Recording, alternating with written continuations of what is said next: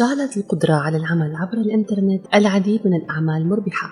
لا يمكن أن يكون هناك أعمال بدون سلبيات وإيجابيات. هذا هو ما سوف نتعرف عليه في هذا الفيديو، لكن قبل أن نبدأ لا تنسوا الإعجاب بالفيديو والاشتراك بالقناة. أولاً سوف نتعرف على مزايا التجارة الإلكترونية. تجاوز القيود الجغرافية. إذا كان لديك متجر فعلي فأنت مقيد بالمنطقة الجغرافية التي يمكنك خدمتها. مع موقع التجارة الإلكترونية العالم كله هو ملعبك. بالإضافة إلى ذلك أدى ظهور التجارة الإلكترونية أي التجارة الإلكترونية على الأجهزة المحمولة إلى إزالة كل القيود الجغرافية المتبقية. كسب عملاء جدد من خلال رؤية محرك البحث. البيع بالتجزئة المادي مدفوع بالعلامات التجارية والعلاقات، والبيع بالتجزئة عبر الإنترنت مدفوع أيضاً بحركة الزوار من محركات البحث. من المعتاد أن يتبع العملاء أيضاً رابطاً في نتائج محرك البحث ويصلون إلى موقع التجارة الإلكترونية الذي لم يسمعوا به من قبل. يمكن أن يكون هذا المصدر الإضافي للزيارات هو نقطة التحول لبعض شركات التجارة الإلكترونية. لتحقيق ظهور أكثر في نتائج البحث يجب الاهتمام بتحسين محركات البحث عن طريق تحسين خصائص السيو، والتي يمكنكم معرفة طريقتها عبر فيديوهات سابقة على قناتنا. تكاليف أقل. واحدة من أكثر الإيجابيات الملموسة للتجارة الإلكترونية هي التكلفة المنخفضة. يمكن نقل جزء من هذه التكاليف المنخفضة إلى العملاء في شكل أسعار مخفضة. فيما يلي بعض الطرق التي يمكن من خلالها تقليل التكاليف باستخدام التجارة الإلكترونية. الإعلان والتسويق، حيث تعد حركة مرور محرك البحث العضوية والدفع لكل نقرة وحركة الزوار من الوسائل الاجتماعية من بعض القنوات الإعلانية التي يمكن أن تكون فعالة من حيث التكلفة. الموظفون، حيث تعمل أتمتة عمليات الدفع والفواتير والمدفوعات وإدارة المخزون والعمليات التشغيلية الأخرى على تقليل عدد الموظفين المطلوبين لتشغيل إعداد التجارة الإلكترونية. العقارات، فلا يحتاج تاجر التجارة الإلكترونية إلى موقع مادي بارز. تحديد موقع المنتج بشكل سريع. لم يعد الأمر يتعلق بدفع عربة التسوق إلى الممر الصحيح أو البحث عن المنتج المطلوب. على أحد مواقع التجارة الإلكترونية يمكن للعملاء النقر على التنقل السهل أو استخدام مربع بحث لتضييق نطاق البحث عن منتجاتهم على الفور. تتذكر بعض مواقع الويب تفضيلات العملاء وقوائم التسوق لتسهيل الشراء المتكرر. التخلص من وقت السفر والتكلفة. ليس من غير المعتاد أن يسافر العملاء لمسافات طويلة للوصول إلى متجرهم المادي المفضل. تتيح لهم التجارة الإلكترونية زيارة المتجر نفسه تقريباً ببضع نقرات بالماوس. تقديم مقارنة التسوق. تسهل التجارة الإلكترونية مقارنة التسوق، حيث هناك العديد من الخدمات عبر الإنترنت التي تتيح للعملاء تصفح العديد من تجار التجارة الإلكترونية والعثور على أفضل الأسعار. إمكانية إعداد وإدارة الصفقات والقسائم والشراء الجماعي. على الرغم من وجود معادلات مادية للصفقات والقسائم والشراء الجماعي، فإن التسوق عبر الإنترنت يجعلها أكثر ملائمة. على سبيل المثال، إذا كان لدى العميل كوبون خصم كبير على منتج ما في أحد المتاجر الفعلية، وكوبون خصم كبير على منتج آخر في متجر آخر، فقد تجد أنه من غير المجدي الاستفادة من كلا الخصمين، لكن يمكن للعميل القيام بذلك عبر الإنترنت ببضع نقرات بالماوس. توفير معلومات وفيرة. هناك قيود على كمية المعلومات التي يمكن عرضها في متجر فعلي. من الصعب تجهيز الموظفين للاستجابة للعملاء الذين يحتاجون إلى معلومات عبر خطوط الإنتاج. يمكن لمواقع التجارة الإلكترونية إتاحة معلومات إضافية للعملاء بسهولة، ويتم توفير معظم هذه المعلومات من قبل البائعين، ولا يكلف إنشاء أو صيانة أي شيء. خلق الاتصالات المستهدفة باستخدام المعلومات التي يقدمها العميل في نموذج التسجيل، وعن طريق وضع ملفات تعريف الارتباط على كمبيوتر العميل. يمكن لتاجر التجارة الإلكترونية الوصول إلى الكثير من المعلومات حول عملائه، ويمكن استخدامه بدوره لتوصيل الرسائل ذات الصلة. تظل مفتوحة طوال الوقت. مواعيد المتجر الآن 24 ساعة خلال 7 أيام بالأسبوع خلال 365 يوماً في السنة. يمكن تشغيل مواقع التجارة الإلكترونية طوال الوقت. من وجهة نظر التاجر يؤدي هذا إلى زيادة عدد الطلبات التي يتلقونها، ومن وجهة نظر العميل يعتبر المتجر المفتوح دائما أكثر ملائمة. إنشاء أسواق للمنتجات المتخصصة. يمكن لمشتري وبائعي المنتجات المتخصصة أن يجدوا صعوبة في تحديد موقع بعضهم البعض في العالم المادي. عبر الإنترنت يتعلق الأمر ببحث العميل عن المنتج في محرك البحث. يمكن أن يكون أحد الأمثلة شراء الأجزاء المتقادمة بدلاً من التخلص من المعدات القديمة بسبب نقص قطع الغيار. يمكننا اليوم تحديد موقع الأجزاء عبر الإنترنت بسهولة كبيرة. في حين أنك قد تكون متحمساً بشأن التجارة الإلكترونية، يجب أن نعترف بأن هناك عيوباً أيضاً. فقط عندما نقبل عيوبنا سنعمل على التغلب عليها. ومن هذه العيوب الحماية والأمن السيبراني. كانت البوابات الإلكترونية تتعرض كثيراً للاختراق من قبل مجرمي الإنترنت والمتسللين. إنها مشكلة خطيرة للغاية، حيث قد يتم اختراق حسابك بسبب الإهمال ومحو الأموال النقدية الموجودة. هذه حقيقة قاسية لمواقع التجارة الإلكترونية، ولا يمكن لأي موقع إلكتروني أن يعطي هذا التأكيد على أنه لا يمكن اختراق المعلومات المالية على بوابته. يحتاج مالك موقع الويب إلى اتخاذ خطوات مهمة لتغيير كلمة المرور الخاصة به لإيقاف أي خروقات للبيانات.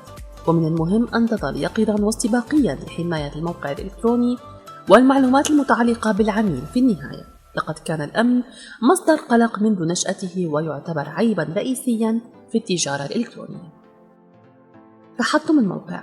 تعتمد التجارة الإلكترونية بشكل كامل على الاتصال بالإنترنت. عيب رئيسي في التجارة الإلكترونية هو وضع حد لشراء القدرات بسبب تعطل الموقع، وهذا قد يكون لديه القدرة على إيقاف عمل كامل في غضون ثواني قليلة.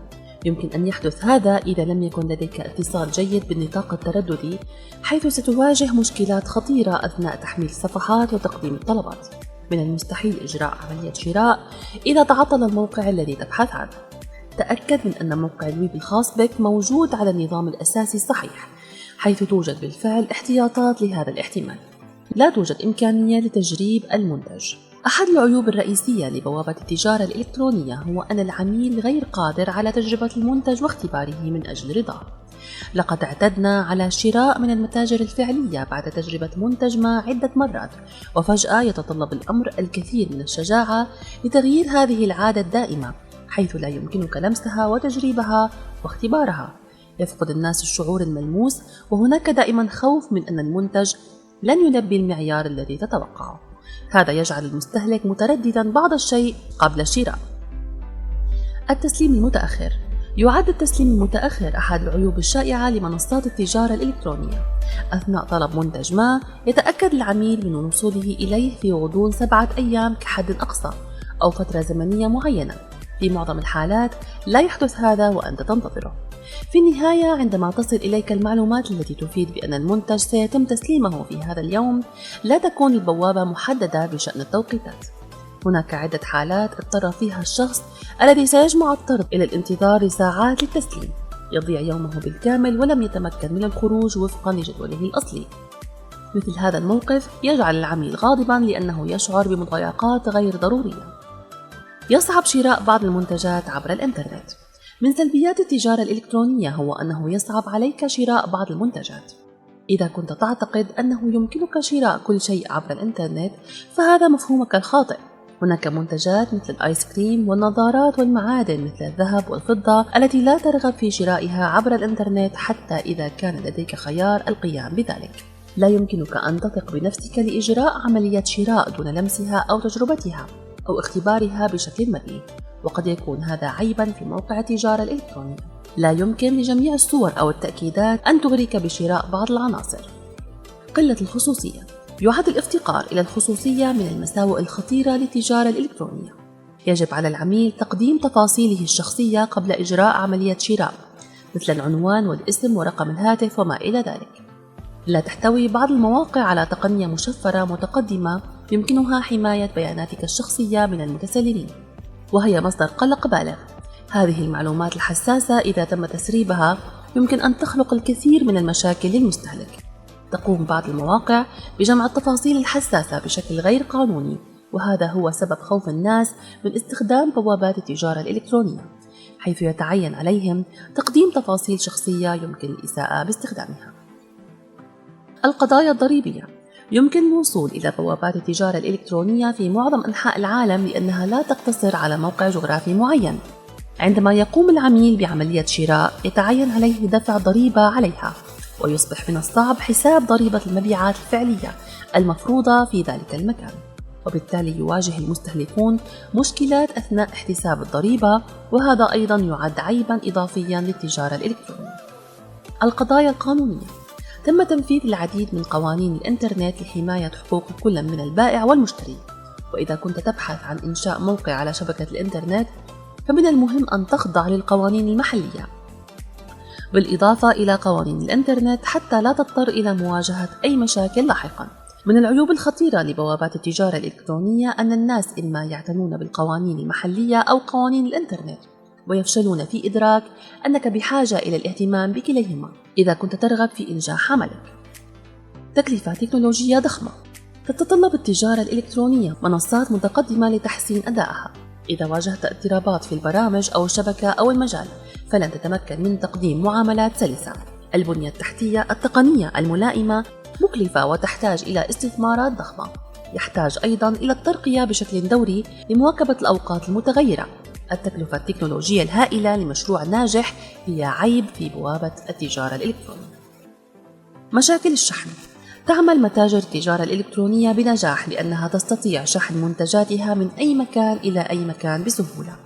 لديها شبكة قوية تساعدها في سعيها. في المتجر الإلكتروني يختار المشتري منتجاً ويشتريه ويترك المتجر مع العنصر. هذا ليس كذلك في متجر على الإنترنت، حيث يتعين على العميل الاختيار والشراء ثم الانتظار حتى يصل المنتج إلى عتبة بابه خلال الوقت المحدد. يعد الشحن جزءاً لا يتجزأ من التجارة، وإذا لم يكن لديك بنية تحتية مناسبة فقد يتسبب ذلك في مشكلات خطيرة ويصبح عيباً في التجارة الإلكترونية. الخوف: يخشى الناس المجهول. تكون معاملات التجارة الإلكترونية في الغالب بدون وجهة وبدون أوراق وبدون أي دليل مناسب. معظم المنظمات ليس لديها وجود مادي والعملاء مترددون في سداد مدفوعات البطاقات مسبقاً. إنهم يخشون أنه إذا لم يصل المنتج المطلوب فسوف يخسرون أموالهم. إذا حدث هذا فكيف سيقومون بتتبع المنتج عبر الإنترنت واستعادة الأموال التي حصلوا عليها بشق الأنفس؟ لذلك فإن أحد عيوب التجارة الإلكترونية هو عدم وجود المتجر الفعلي. قلة اللمسة الشخصية: عند دخولك إلى أحد منافذ البيع بالتجزئة يتم الترحيب بك عند البوابة، وعند دخولك إلى الداخل يوجد العديد من الموظفين لمساعدتك في حالة وجود أي صعوبات. عندما تكون متصلاً بالإنترنت وتقوم بالاختيار لا يوجد أحد لمساعدتك أثناء زيارتك. تعمل اللمسة الشخصية في المتجر الفعلي بمثابة تشجيع وتشعر بالرضا. يساعدنا التفاعل مع شركات المبيعات في اتخاذ الخيارات. هذا هو السبب في تشجيع اللمسات الشخصية الناعمة في المنافذ المادية، وتعتبر هذه التجربة قيمة ولكنها غير متوفرة في المنافذ عبر الإنترنت. تزوير بطاقات الائتمان: تتم المعاملات عبر الإنترنت في الغالب عن طريق بطاقة الخصم وبطاقة الائتمان والخدمات المصرفية عبر الإنترنت، وفي حالات قليلة جدا باستخدام خيار الدفع النقدي عند التسليم. يحاول أصحاب المواقع اتخاذ كل الاحتياطات المتاحة لحماية تفاصيل البطاقة، ولكن ماذا لو تم اختراق الموقع من قبل مجرمي الإنترنت؟ إنه مصدر قلق متزايد لأننا نسمع أخبارا عن اختراق البيانات بانتظام. تحتاج مواقع الويب إلى وضع أدوات حظر مناسبة لأن العملاء سيفقدون الثقة وسيتوقفون عن الدفع عبر الإنترنت. التبعية على الموقع: يعتمد موقع التجارة الإلكترونية بشكل كبير على موقعه على الويب. إذا لم يتم عرضه بشكل صحيح أو لم يتم تنفيذ البرنامج فقد يواجه الموقع مشكلات تقنية. العملاء إلى فقدان الثقة بسهولة شديدة وينقلون ولائهم إلى بوابات أخرى يجدونها ملائمة. ستعاني البوابة من خسارة كبيرة بسبب هذا الإجراء. فلا تحتفظ بكل البيض في سلة واحدة، لأن الاعتماد على موقع الويب يمكن أن يثبت أنه من عيوب التجارة الإلكترونية في أوقات الأزمات. المنافسة الشديدة: المنافسة الشديدة من أخطر سلبيات التجارة الإلكترونية التي تسحق الأعمال.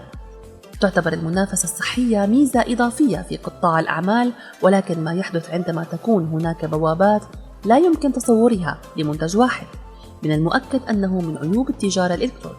عندما يحدث ذلك لأن المنافسة تتحول إلى الداخل وتحاول الشركات جاهدة جلب جزء كبير من قاعدة المستهلكين. هذا يجبرهم على خفض أسعارهم من خلال السماح بالخصومات والحوافز والبدلات الأخرى على منتجاتهم. ومن الواضح أن جودة المنتجات تتأثر، وفي نهاية المطاف فإن العملاء هم من يتم خداعهم. على الرغم من أن الشعبية قد أجبرت العديد من بيوت الأعمال على التحول إلى قاعدة عبر الإنترنت، إلا أن إدارة عملية التجارة الإلكترونية ليست مجرد سرير من الورود، لأنها تتضمن أيضاً العديد من التحديات والعيوب قد تكون أكثر من التي ذكرناها في هذا الفيديو.